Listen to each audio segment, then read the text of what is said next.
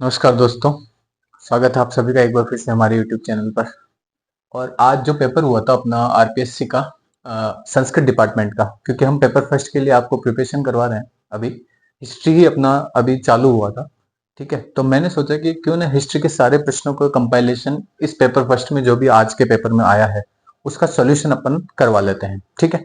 तो आज मैंने क्या किया है, आरपीएससी पेपर फर्स्ट के संस्कृत डिपार्टमेंट 2024 का जो अभी पेपर आया था उसका मैंने सोल्यूशन करवाने का प्रयास किया है।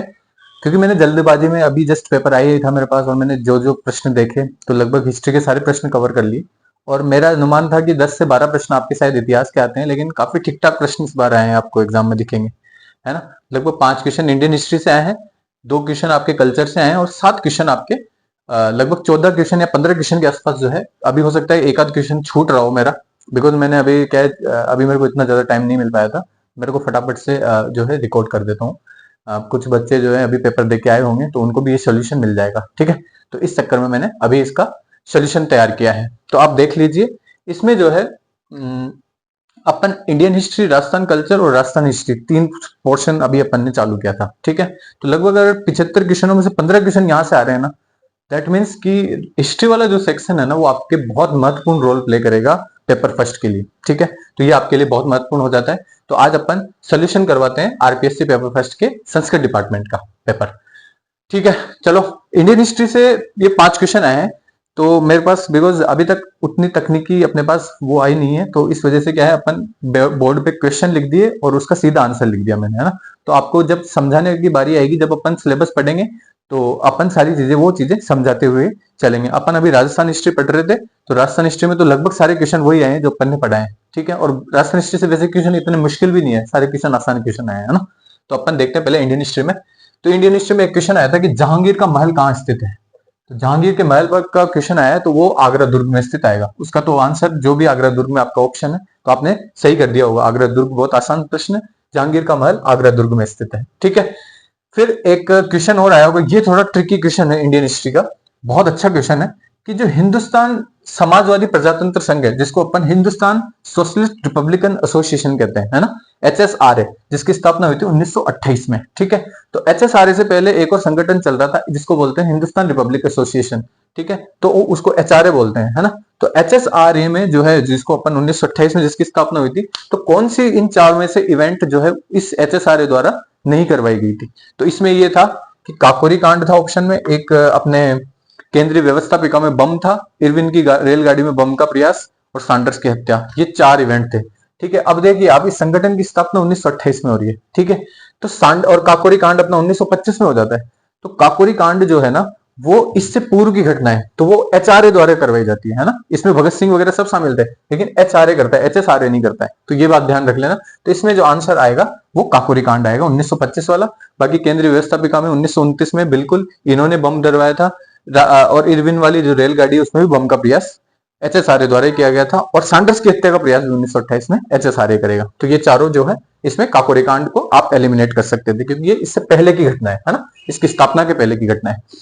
फिर आजाद हिंद फौज का प्रश्न आया है। तो आजाद हिंद फौज का जो प्रारंभिक चरण था उसमें कौन सा नेता इसको लीड कर रहा था, तो वो थे रास बिहारी बोस, ठीक है। तो बाद में जब, क्योंकि वो वहां पे जापान में रह रहे थे, तो रास बिहारी बोस इसको शुरुआती जो लीडिंग दी थी, शुरुआती जो नेता थे वो रास बिहारी बोस थे। बाद में इसने सुभाष चंद्र बोस को ट्रांसफर कर दिया था। तो ये एक भी एक प्रश्न आया था।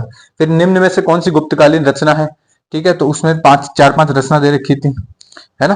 तो इसमें से जो है वो स्वप्न वासव दत्ता जो वाली जो रचना है, जो महाकवि भास द्वारा लिखी गई थी। इन्होंने बहुत सारे नाटक लिखे, लगभग 13 नाटक लिखे थे, गुप्त काल से संबंधित है। तो स्वप्न वासव दत्ता जो है अपने गुप्तकालीन रचना है। तो ये भी इंपॉर्टेंट प्रश्न हो जाता है एक। फिर विपिन चंद्र पॉल के बारे में पूछा गया है कि कौमुदी जो थी वो उनकी पाक्षिक पत्रिका थी, ऐसा।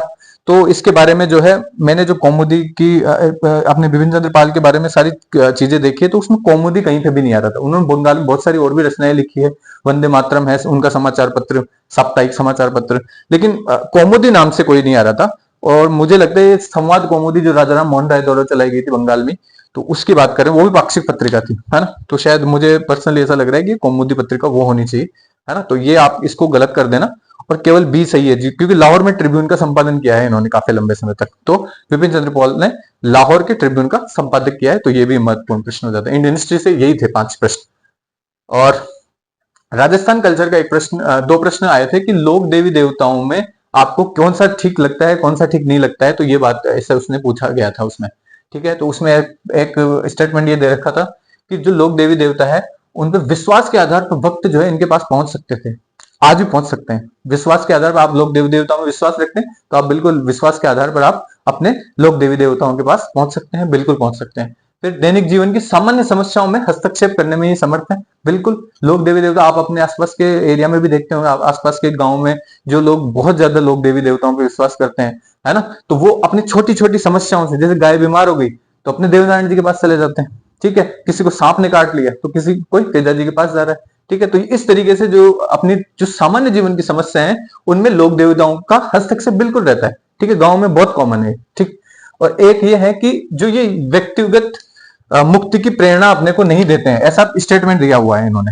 ठीक है, तो लोक देवी देवताओं को काम, लोक संतों का काम यही था कि वो आदमी को जो है आध्यात्मिक उन्नति के लिए प्रोत्साहित करते थे, तो व्यक्तिगत मुक्ति का मार्ग दिखाते थे उनको, इसी वजह से, ताकि लोग जो है आध्यात्मिक उन्नति की ओर बढ़ सकें। तो इनका काम ही यही था। तो ये स्टेटमेंट गलत हो जाता है क्योंकि ये व्यक्तिगत मुक्ति की प्रेरणा देते थे, न कि उसमें लिखा हुआ था कि नहीं देते हैं। तो ये गलत हो जाता है, इसमें ए एंड बी ऑप्शन ही आपका सही आएगा। ठीक है, तो ये भी आप देख लेना।